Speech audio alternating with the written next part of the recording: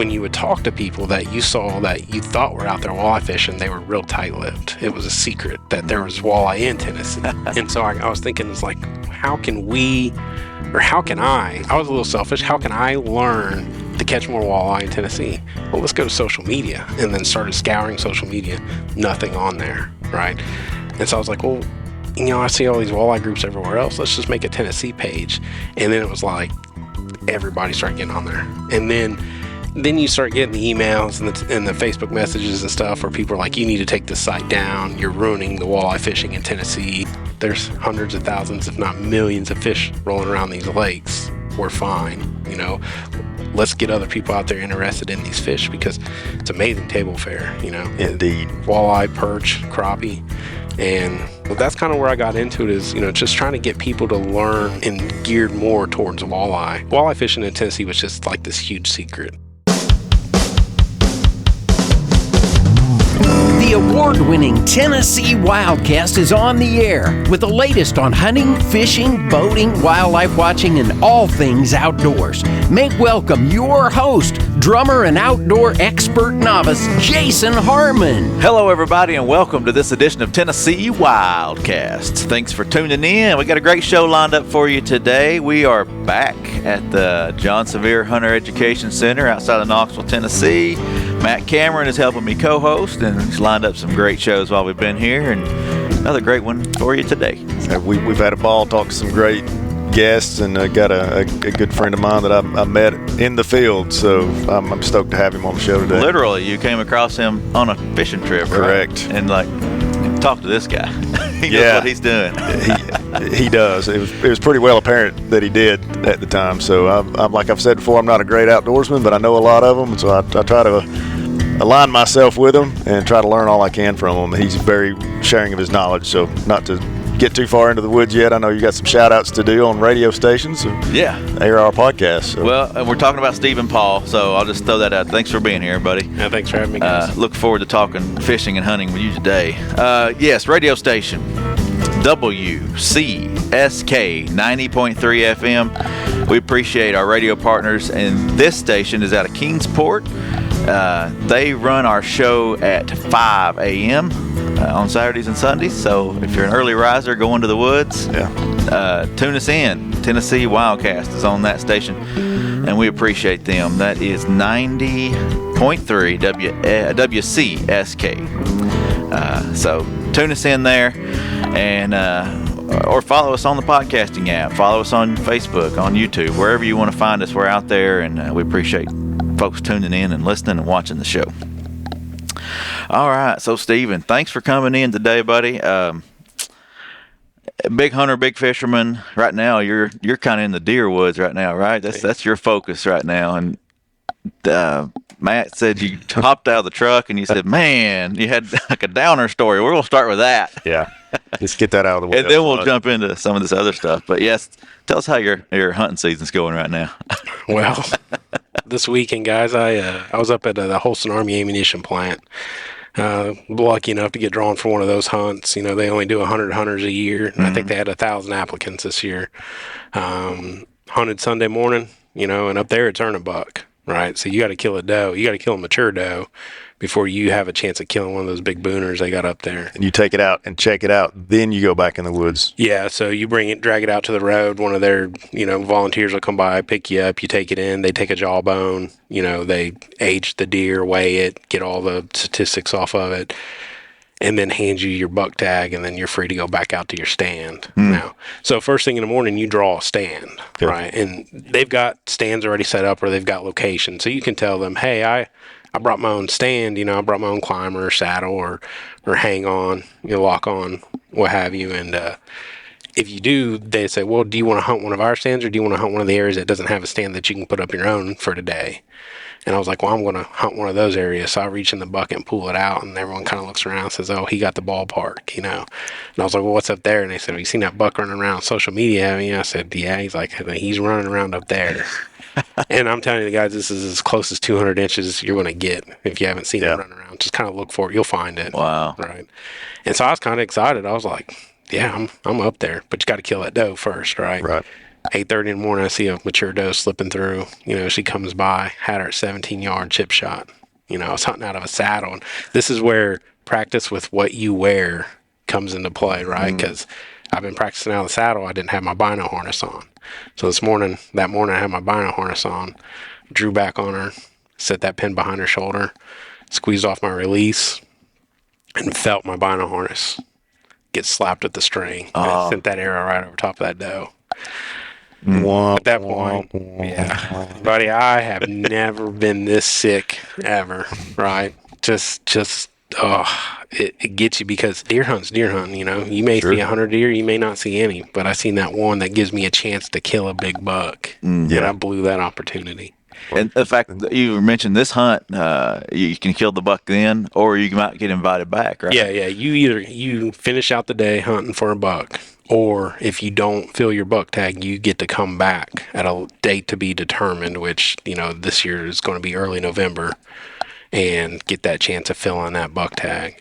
And even on their bucks, they have it's an 8-point minimum. You can't kill anything less than 8 points. And they've got some absolute booners right up there. And this Kingsport radio station is perfect, because this is near Kingsport, Tennessee, right outside. It's HAAP, and we could go down 100 roads with this, but we want to talk about quality deer management. People talk about East Tennessee doesn't have very many quality buck deer, and we don't, by and large, but if managed properly, like Bruce, what's his last name? He manages Holston up there. Great guy. Yeah. He's done a fantastic job.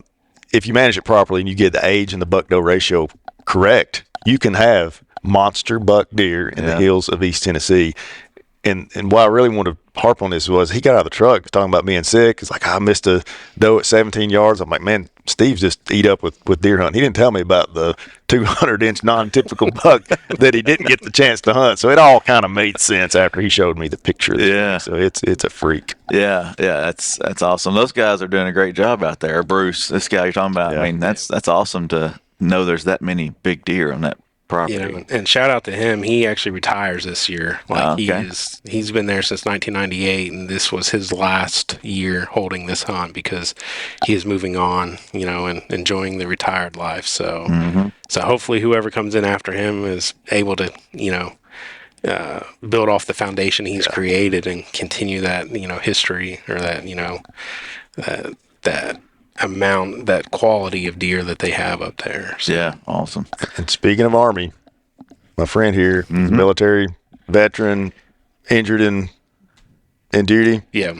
So, served 8 years, a little over 8 years, a couple combat tours, Afghanistan, been to Syria, Iraq. But you know what? I miss it every day, and biggest thing that I like to do now is pay it forward, being an outdoorsman, being a conservationist, getting others who haven't had that chance, because having those injuries and seeing other guys that, they're missing part of themselves, whether it's physically or mentally, coming back from, those tours. Yeah. Healing in the outdoors is a big opportunity for a lot of those guys. So I like being able to, help with the outreach, and, and I'll give a little shout out to Rally Point Outdoors out of Clarksville, Tennessee, Fort Campbell area. And Matt Wellman's the CEO there, and he does a lot of good work with a lot of veteran organizations. I think he's sending 4 guys to Illinois on a big muzzleloader hunt with Hushin this year. And so, just a lot of things that go on that he does that are getting veterans back out in the outdoors and in that healing space for them. So, yeah, true to style. You try to give him a pat on the back. He defers any kind of attention to something else and another mission. But thank you for your military service. We appreciate that. Yeah, definitely. Thank you for your service, and thanks for giving back to those who have been through a lot. And it's amazing what God's creation, how His creation can kind of, bring some healing. Yeah, absolutely. Being outdoors and enjoying what's out there. So you love to hunt. We're going to dive into fishing today, but you were saying once December 1st rolls around, you're packing up the deer stuff and heading to the duck blind, right?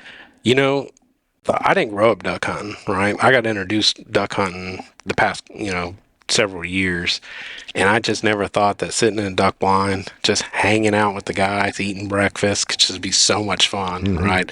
And I've been lucky enough to draw a blind on Dover 2 years in a row now, and so going out there and TWRA putting on a good area at the Barkley WMA and hunting those blinds and killing ducks. I mean, there's nothing like it. So it has really changed up what I do late in the season. Usually, before duck hunt, I was just kind of transitioning, getting all my fishing gear ready, and moving on. But I've kind of filled that space now.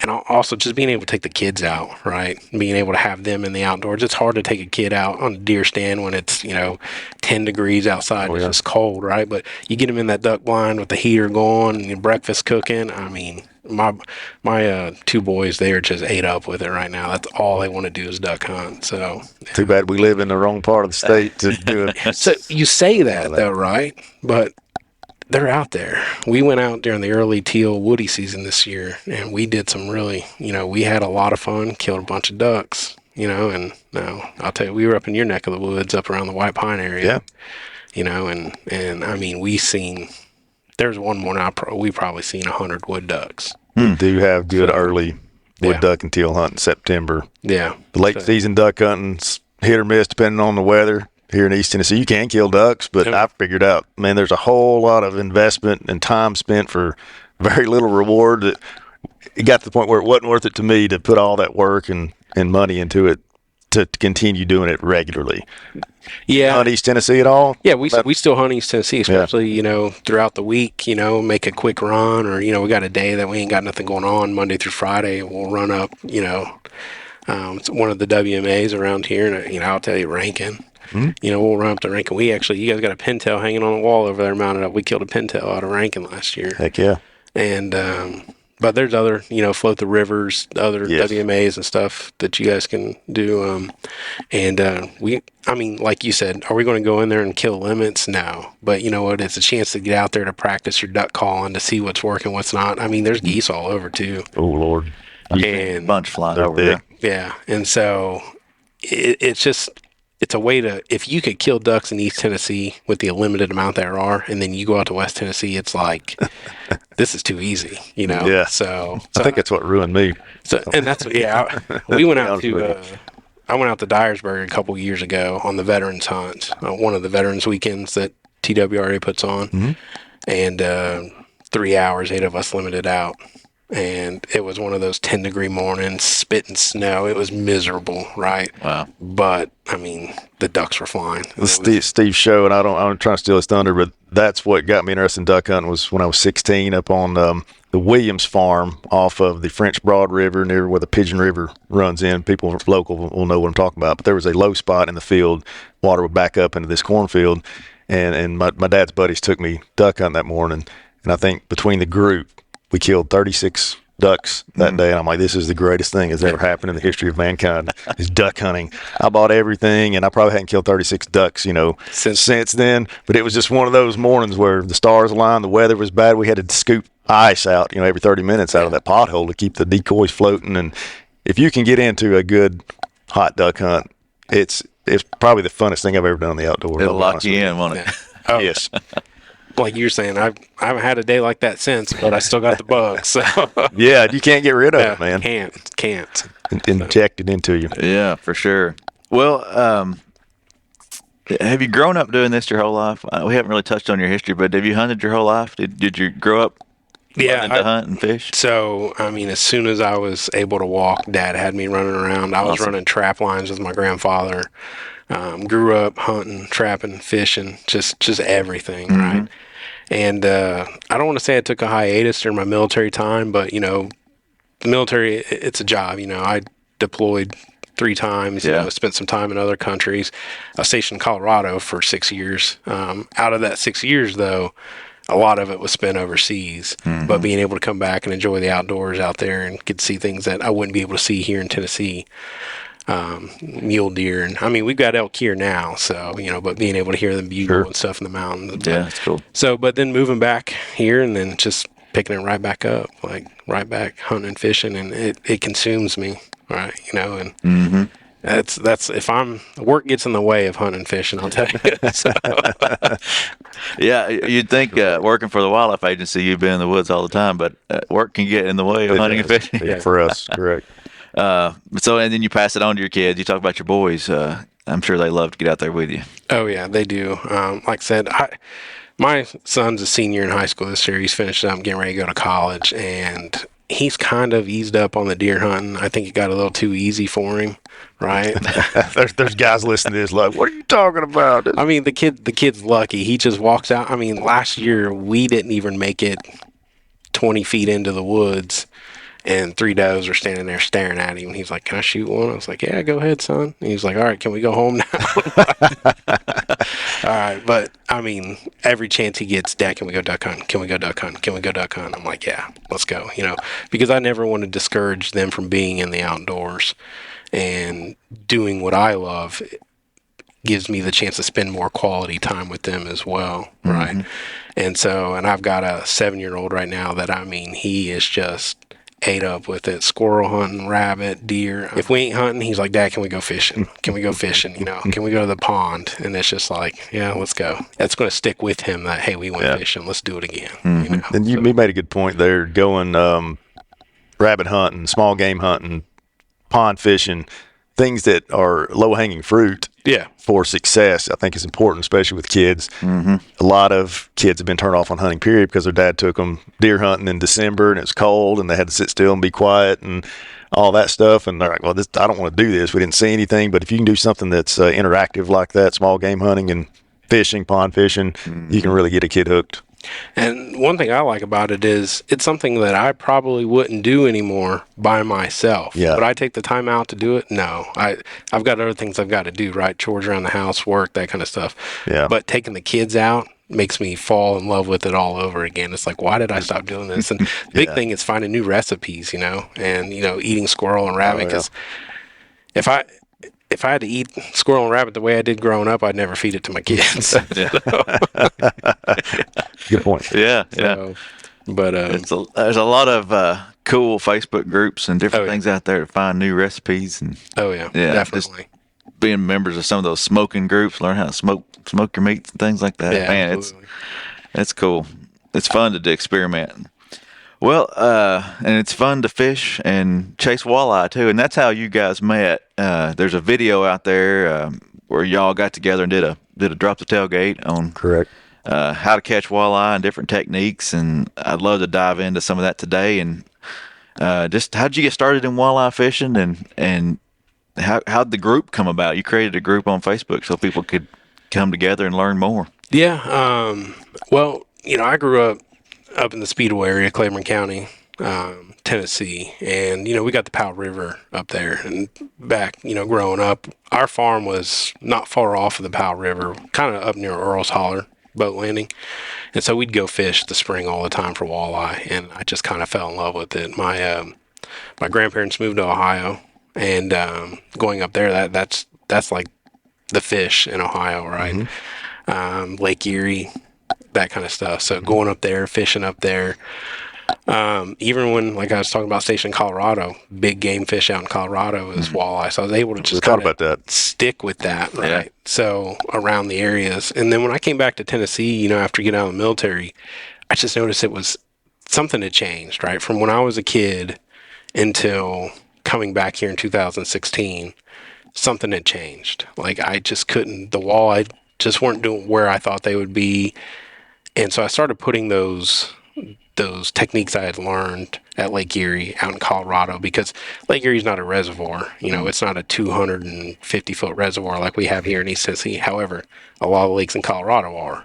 So learning those techniques and bringing them back here, I started catching more fish. But then when you would talk to people that you saw that you thought were out there walleye fishing, they were real tight-lipped. It was a secret that there was walleye in Tennessee, right? Yeah.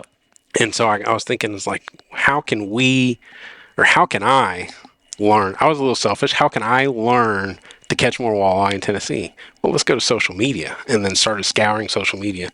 Nothing on there, right? And so I was like, well, I see all these walleye groups everywhere else. Let's just make a Tennessee page. And then it was like everybody started getting on there. And then then you start getting the emails and the Facebook messages and stuff where people are like, you need to take this site down. You're ruining the walleye fishing in Tennessee, you know, and it's just like, there's hundreds of thousands, if not millions of fish rolling around these lakes. We're fine, you know. Let's get other people out there interested in these fish because it's amazing table fare, you know. Indeed. And, you know, walleye, perch, crappie, and you know, maybe that's the new secret we'll put out as perch out in Mountain Hill, you know. So, but fish for 'em. But yeah, so that's kind of where I got into it, is, you know, just trying to get people to learn and geared more towards walleye here in Tennessee, because, you know, obviously we have Bassmaster Classic, we have bass tournaments and everything that come to East Tennessee all the time, but you don't see the interest in walleye that there is. Like, you can go over to Bass Pro there in Kodak, just outside Sevierville, Gatlinburg, and you're going to find very limited walleye gear. Yeah. Right, but you'll find all the bass and crappie gear that you can want, right? But they started carrying more now that the guys have started asking for and stuff like that. But you go around to a lot of these local bait shops, and they're carrying a bunch more walleye stuff because guys are coming in there and just buying it out, right? And that's what I like to do, is like to shop local. I've got a guy who makes all my jigs here that's local to East Tennessee. And that way we keep the community, you know, that money goes back into the community in the area, not necessarily buying everything off of online and getting it shipped in and stuff like that. So, but, yeah, so that's where it's just, walleye fishing in Tennessee was just like this huge secret, right? And that's what we were up fishing a tournament up at Lake Erie a couple of years back. And a guy was like, "Oh, you guys are out of Knoxville, Tennessee. What do you guys know about walleye?" And I said, "Only that only that the world record comes out of Tennessee." And he kind of looked at me like, "Are you serious?" And Blows their mind. He came back to me after everything was done. So, like, buddy, I did not know that. I'm like, yeah, 1960, Mabry Harper. I guess that's how you say her name. Something like that, yeah. 25 pounds even. Old Hickory Lake. Yep. And they took it home and ate it. I mean, you know, that was Yeah. a big fish, but man, that was a lot of food for them folks back then, especially. Have you ever fished Old Hickory? Not to diverge. Yeah, I fished Old Hickory. I got a buddy who lives out there and around the Nashville area, and he's taking me out there. Did we really target walleye? Not really. We were more after, you know, the hybrid striped bass, dry bass, that kind of stuff. I didn't know if they were still there in big numbers or not. They're there. It's just, it's tough. You've got to fish the lakes, and a lot of these reservoirs, if you want to target walleye, the easiest place to go is right below the dams, right? And fish those wing dams, fish the dams, and you'll catch a walleye there. Furthest west that right now that I go to deliberately would be Rock Island State Park there on Center Hill Lake. Yeah. The spring run there can be really, really good, and I've seen some big fish caught out of there. And there's some old timers there that they tell you stories about. Well, I've seen them, you know, and you know.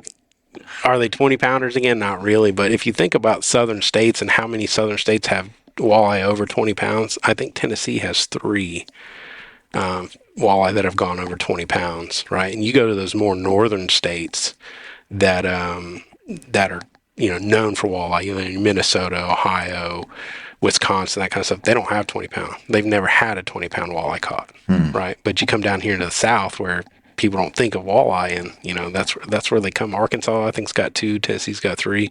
I think Virginia's got a couple. Right. We've got the world record smallmouth bass too, and world record walleye. And John Hammonds, fisheries biologist, says because we're on the southern end of those fishes' range, because they're more of a colder water fish, that's why they grow bigger here. They've just got more opportunity during the warm months to get bigger.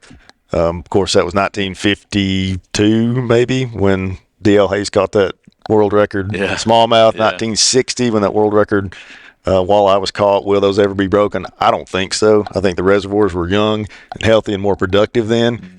It'd be freaking awesome if somebody caught a 25-plus pound walleye or a 12-pound smallmouth, but man, it hadn't happened in over half a century now. No, it hasn't. But like you said, can it happen?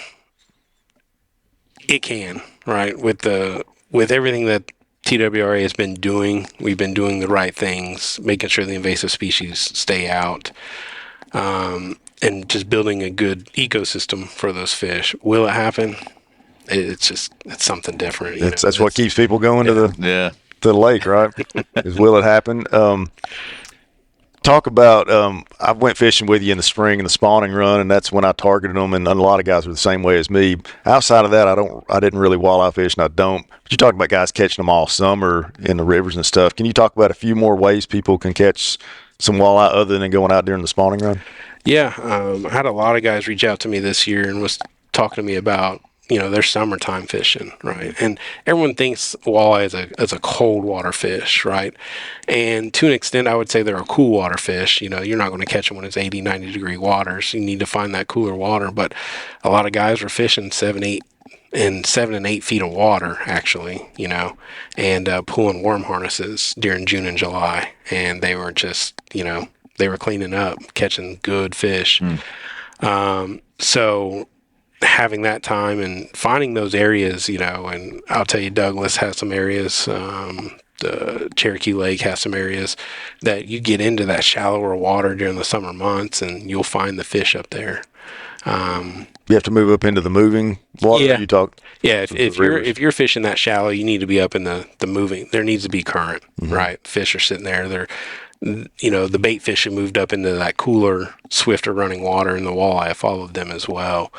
And a worm harness is, as simple as it gets: 6 beads, a Colorado number 4 blade, 2 trailer hooks, and run a night crawler off the back of it. And, you can catch some walleye that way. Wow. A lot of guys are, when the alewife spawn, right, fishing nighttime during the summer, throwing some glow lights out, getting the shad to start circling around there. They may be snagging shad or, just dropping, they call them mana lures or jigging spoons, dropping those down, catching walleye that way. So walleye's not a spring, not only a spring time fishing.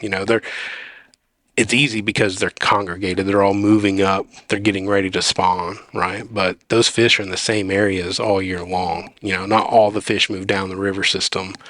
Not all the fish disperse. So if you're catching them there during the spring, there's a good chance you're going to catch them there during the summer as well. Just got to change your tactics up a little bit. That's good to hear. You talk about fishing walleye and on Erie and fishing a tournament trail and all that up there, and techniques you learned there, you're bringing them down here and having some success with them. Yeah. Big thing up there is we think of fishing big baits, right? Walleye. Everyone, the banded. So banded walleye, what's it want to call it? It's a crankbait. Deep walleye crankbait is what they call it. And it's a 7.5 inch lure. And a lot of guys think, big baits, they're going to catch big walleye.